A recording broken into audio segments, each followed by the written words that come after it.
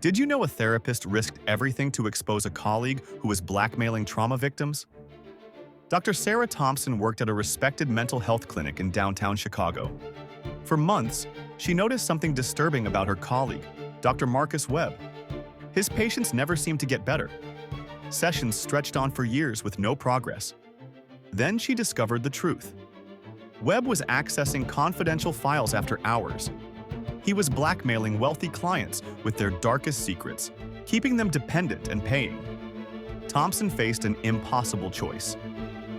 Webb had powerful connections who could destroy her career, but she couldn't ignore dozens of vulnerable patients being exploited. She spent weeks gathering evidence, knowing the risks. When she reported him to the state board, the retaliation was swift and brutal. Lost referrals, professional isolation, threats of false charges against her. For 6 months, her life crumbled. Then, investigators found the truth. Webb was arrested. Thompson received state recognition and became clinic director. Sometimes doing right means risking everything.